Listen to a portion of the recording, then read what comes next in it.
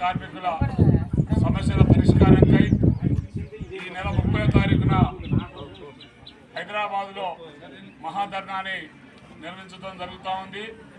ఈ ధర్నాలో ముఖ్యంగా గ్రామ పంచాయతీ కార్మికుల సమస్యలు ఏవైతే ఉన్నాయో నెలకి 26,000 రూపాయలు జీతాలు ఇవ్వాలని, అదేవిధంగా మల్టీపర్పస్ విధానాన్ని రద్దు చేయాలని, అదేవిధంగా పింఛన్ సంబంధించినటువంటిది జీవిత బీమా 10 లక్షలు, సాధారణ బీమా 5 లక్షలు, ఇంకా గ్రామ పంచాయతీ కార్మికులకు సంబంధించినటువంటి వేతనాలు కూడా సపరేట్గా ఉండాలని, ప్రతి నెల మొదటి వారంలోనే మొదటి తారీఖు 1 తారీఖు నాడే జీతాలు ఇవ్వాలని, ఇట్లా 16 సమస్యల మీద మహాధర్నా ఉంది. కాబట్టి ప్రతి గ్రామ పంచాయతీ నుంచి కార్మికులందరూ కూడా ఈ నెల రేపు 29వ తారీఖు 8 గంటలకల్లా ఇల్లందు ఐఎఫ్టీ కార్యాలయం రావాలి.